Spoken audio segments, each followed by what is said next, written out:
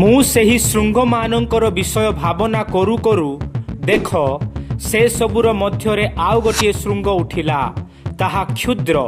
ତାହା ସମ୍ମୁଖରେ ପ୍ରଥମ ଶୃଙ୍ଗମାନର ମଧ୍ୟରୁ 3 ଗୋଟି ଶୃଙ୍ଗ ସମୂଳେ ଉତ୍ପାଟିତ ହେଲା। ପୁଣି ଦେଖ ଏହି ଶୃଙ୍ଗରେ ମନୁଷ୍ୟର ଚକ୍ଷୁ ତୁଲ୍ୟ ଚକ୍ଷୁ ଓ ଅହଙ୍କାର ମୁଖବାଦୀ ବାକ୍ୟ ଥିଲା। ତେବେ ଏହି ଚତୁର୍ଥ ପଶୁ କାହାକୁ ଦର୍ଶାଏ? ନିଶ୍ଚୟ ରୋମ ଏମ୍ପାୟାରକୁ ଦର୍ଶାଏ। ସେ ଭୟଙ୍କର, କ୍ଷମତାପନ୍ନ ଓ ଅତିଶୟ ବଳବାନ ଓ ତାହାର ବଡ଼ ବଡ଼ ଲୌହମୟ ଦନ୍ତ ଥିଲା।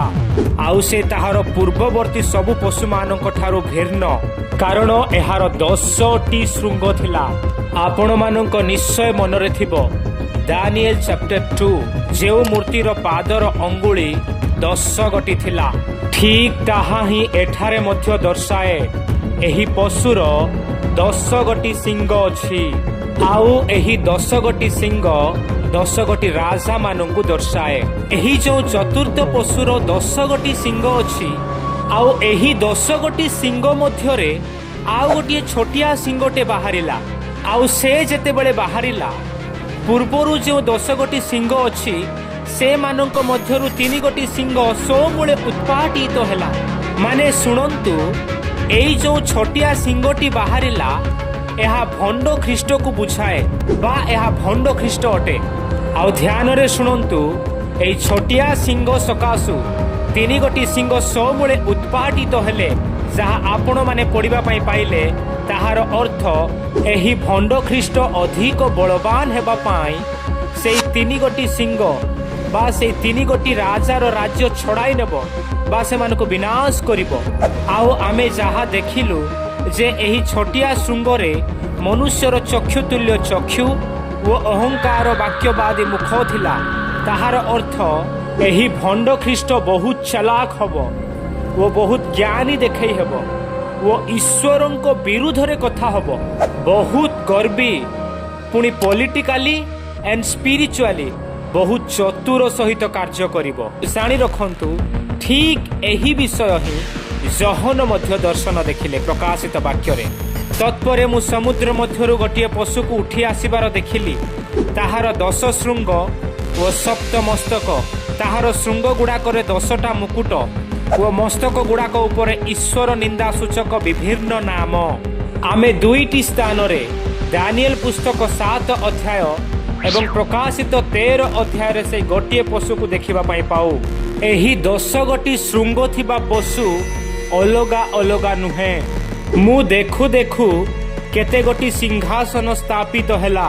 ପୁଣି ଅନେକ କାଳର ବୃଦ୍ଧ ଉପବିଷ୍ଟ ହେଲେ।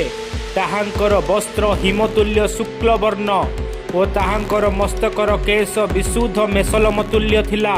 ତାହାଙ୍କର ସିଂହାସନ ଅଗ୍ନିଶିଖାମୟ ଓ ତହିଁର ଚକ୍ର ସକଳ ଜ୍ୱଳନ୍ତ ଅଗ୍ନି। ତାହାଙ୍କ ସମ୍ମୁଖରୁ ଅଗ୍ନିସ୍ରୋତ ନିର୍ଗତ ହୋଇ ବହିଲା। ସହସ୍ର ସହସ୍ର ତାହାଙ୍କର ପରିଚର୍ଯା କଲେ ଓ ଅୟୁତ ଅୟୁତ ତାହାଙ୍କ ସମ୍ମୁଖରେ ଉଭା ହେଲେ। ବିଚାର ସଭା ବସିଲା ଓ ପୁସ୍ତକମାନ ଫିଟାଗଲା। ଏହା ସ୍ୱୟଂ ପରମେଶ୍ୱର ଅଛନ୍ତି।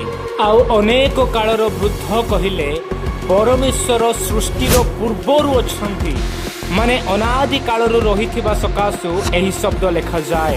ସେହି ଶୃଙ୍ଗର କଥିତ ଦର୍ପ ବାକ୍ୟର ରବ ସକାଶୁ ସେ ସମୟରେ ମୁଁ ଅନାଇଲି। ମୁଁ ଦେଖିଲି ଯେ ଶେଷରେ ସେ ପଶୁ ହତ ହେଲା ଓ ତାହାର ଶରୀର ବିନଷ୍ଟ ହେଲା ଓ ସେ ଅଗ୍ନିରେ ଦଗ୍ଧ ହେବା ପାଇଁ ସମର୍ପିତ ହେଲା। ପୁଣି ଅନ୍ୟ ପଶୁମାନଙ୍କ ଠାରୁ ସେମାନଙ୍କ କର୍ତ୍ତୃତ୍ୱ ନିଆଗଲା। ତଥାପି ଏକ କାଳ ଓ ଏକ ସମୟ ପର୍ଯ୍ୟନ୍ତ ସେମାନଙ୍କର ଆୟୁ ଦୀର୍ଘ କରାଗଲା। ମୁଁ ରାତ୍ରି କାଳର ଦର୍ଶନରେ ଦେଖିଲି, ଆଉ ଦେଖ, ମନୁଷ୍ୟ ପୁତ୍ର ନ୍ୟାୟ ଏକ ପୁରୁଷ ଆକାଶର ମେଘରେ ଆସିଲେ ଓ ସେ ଅନେକ କାଳର ସେଇ ବୃଦ୍ଧଙ୍କ ନିକଟରେ ଉପସ୍ଥିତ ହୁଅନ୍ତେ। ସେମାନେ ତାହାଙ୍କ ଛାମୁକୁ ତାହାଙ୍କୁ ଆଣିଲେ। ପୁଣି ସମୁଦାୟ ଗୋଷ୍ଠୀ, ଦେଶବାସୀ ଓ ଭାଷାବାଦୀମାନେ ଯେପରି ତାହାଙ୍କର ସେବା କରିବେ, ଏଥିପାଇଁ ତାହାଙ୍କୁ କର୍ତ୍ତୃତ୍ୱ, ମହିମା ଓ ରାଜ୍ୟ ଦତ୍ତ ହେଲା। ତାହାଙ୍କର କର୍ତ୍ତୃତ୍ୱ ଅନନ୍ତକାଳୀନ କର୍ତ୍ତୃତ୍ୱ, ତାହା ଲୁପ୍ତ ହେବ ନାହିଁ, ଆଉ ତାହାଙ୍କର ରାଜ୍ୟ ଅବିନାଶ୍ୟ। ଏହା ଆମ୍ଭମାନଙ୍କ ଉଦ୍ଧାରକର୍ତ୍ତା ପ୍ରଭୁ ଯୀଶୁ ଖ୍ରୀଷ୍ଟ ଅଟନ୍ତି।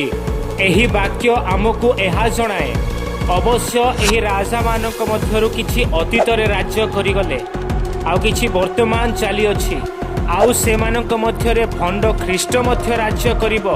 କିନ୍ତୁ ଏମାନଙ୍କ ରାଜ୍ୟ ବହୁ ସମୟ ପର୍ଯ୍ୟନ୍ତ ନୁହଁ, କାରଣ ଏମାନଙ୍କ ରାଜ୍ୟକୁ ବିନାଶ କରିବା ପାଇଁ ସେ ପ୍ରସ୍ତର ଆସୁଅଛି। ଆଉ ସେ ଏମାନଙ୍କ ରାଜ୍ୟ ବିନାଶ କରି ଆପଣା ରାଜ୍ୟ ଅନନ୍ତ କାଳ ପାଇଁ ସ୍ଥାପନ କରିବେ। ସର୍ବପରିସ୍ତଙ୍କର ପବିତ୍ର ଗଣ ରାଜ୍ୟ ପ୍ରାପ୍ତ ହେବେ ଓ ଚିରକାଳ ଅର୍ଥାତ୍ ଅନନ୍ତ କାଳ ଯାଏ ରାଜ୍ୟ ଭୋଗ କରିବେ। ଆଉ ଏହାପରେ ଦାନିଏଲ ସେଇ ଚତୁର୍ଥ ପଶୁର ତଥ୍ୟ ଜାଣିବାକୁ ଇଚ୍ଛା କଲେ। ମୁଁ ଦେଖିଲି, ଆଉ ସେଇ ଶୃଙ୍ଗ ପବିତ୍ର ଗଣଙ୍କ ସଙ୍ଗେ ଯୁଦ୍ଧ କଲା ଓ ସେମାନଙ୍କୁ ଜୟ କଲା। ଶେଷରେ ସେଇ ଅନେକ କାଳର ବୃଦ୍ଧ ଆସିଲେ ଓ ସର୍ବପରିସ୍ତଙ୍କର ପବିତ୍ର ଗଣଙ୍କୁ ବିଚାର ଭାର ଦତ୍ତ ହେଲା ଓ ପବିତ୍ର ଗଣଙ୍କର ରାଜ୍ୟ ଭୋଗ କରିବାର ସମୟ ଉପସ୍ଥିତ ହେଲା। ଆଉ ସେ ପଶୁ କାଳ ଓ ବ୍ୟବସ୍ଥାର ପରିବର୍ତ୍ତନ କରିବାକୁ ବିଚାର କରିବ।